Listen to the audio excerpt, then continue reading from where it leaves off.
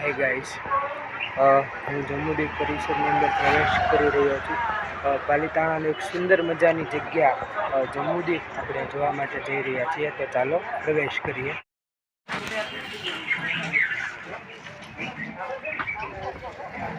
ખૂબ સુંદર મજાની જગ્યા, જમ્મુદીપનું વિશાળ પરિસર આપણને બધાને ગમે એવી જગ્યા છે. ખૂબ સુંદર મજાની છે. આપ જોઈ શકો છો કેટલા સ્વચ્છ રસ્તાઓ અહીં બનાવેલા છે. અહીંની ઓફિસ છે અને ખૂબ સુંદર મજાની જગ્યા છે. જિનાલય પરિસર પણ ખૂબ સરસ મજાનું છે. જમ્મુદીપ પરિસરની અંદર શ્રી શત્રુંજયનું નવનિર્માણ અથવા તો જીર્ણોદ્ધાર કઈ રીતે થાય એ બાબતની સાક્ષીઓ પૂરતા આ મૂર્તિઓ સ્વરૂપે ચિત્રો આપણને આપેલા છે. આ જોઈ અને આપણને દરેકને ખૂબ જ આનંદ આવશે. એક આખી હરોળ ગોઠવેલી છે. આ હરોળની અંદર એ સમયે શું શું થયું હતું એ બધી બાબતોની સ્પષ્ટ જાણકારી આપણને આપવામાં આવી છે. ઉપરના ભાગે કર્માશાના તીર્થોદ્ધાર માટે વિનંતી, આ બધી જ બાબતો જે છે અંદર ખૂબ સુંદર મૂર્તિઓ સ્વરૂપે આપણને બતાવેલી છે કે જેથી જોવામાં અને વાંચવામાં આપણને મજા આવે.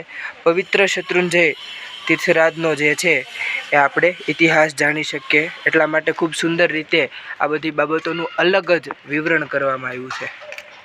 કર્માશાની કાપડની વિશાળ દુકાન વિશે જે છે એ આ સ્કલ્પચરની અંદર આપણને વાત કરવામાં આવેલ છે. ત્યારબાદ શત્રુંજય ગીરીનો ઉદ્ધાર કઈ રીતે થાય એ બાબતની જે વાત છે એ અહીંયા આપણને કરેલી છે.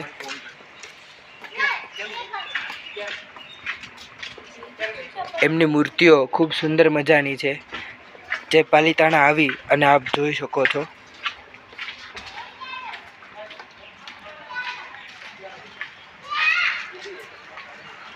બાદશાહનો સહયોગ કઈ રીતે થાય છે એ બાબત પણ અહીં આપણને દર્શાવેલી છે. ખૂબ સરસ મજાનું ચિત્ર અહીંયા પણ મૂર્તિ સ્વરૂપે. ત્યારબાદ આગળનું છે કે તીર્થના ઉદ્ધાર માટે માર્ગદર્શન કઈ રીતે છે. તો આપ પધારો જમ્મુદીપ તીર્થની અંદર કે જે આ બધી બાબતો ખૂબ સુંદર રીતે આ મૂર્તિઓની અંદર સચવાઈ રહેલી છે. પવિત્ર પાલિતાણાનો ઇતિહાસ ખૂબ સુંદર રીતે આ દર્શાવેલો છે. દાદાની પ્રતિમા નિર્માણનો પ્રારંભ જે છે એ કઈ રીતે થાય છે એ બાબતની વાત કરતું સ્કલ્પચર આપણને અહીં જોવા મળશે.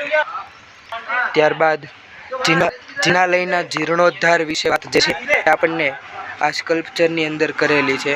ખૂબ સુંદર મજાની વાત છે. આ બધી જ બાબતો જિનાલય દાદાની ભવ્ય પ્રાણ પ્રતિષ્ઠા, શત્રુંજય તીર્થ આદિનાથ દાદાના ભવ્ય જીર્ણોદ્ધાર, એમના મૂર્તિની પ્રાણ પ્રતિષ્ઠાની વાત જે છે એ અહીંયા દર્શાવવામાં આવેલી છે. આપ જોઈ શકો છો ઉપરથી દેવતાઓ જે છે એ દાદાને પુષ્પવૃષ્ટિ કરી રહ્યા છે. ખૂબ સુંદર મજાની વાત છે. તો આવા જ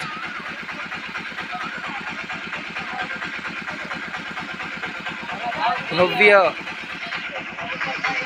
વિડીયોઝ જોવા માટે મારી યુટ્યુબ ચેનલને સબસ્ક્રાઈબ કરો અને મને ફોલો કરો. Thank you. તપસ્વીને ખૂબ ખૂબ અનુમોદન. વર્ષી તપનું પારણું કર્યું છે અને આપણે એમને ખૂબ ખૂબ શુભેચ્છાઓ પ્રદાન કરીએ છીએ. ભગવાન તેમની દરેક મનોકામનાઓ પૂર્ણ કરે. તમે જોઈ શકો છો એમનો ગેટઅપ ખૂબ જ સુંદર મજાનો છે. એકદમ દેવ જેવા લાગી રહ્યા છે.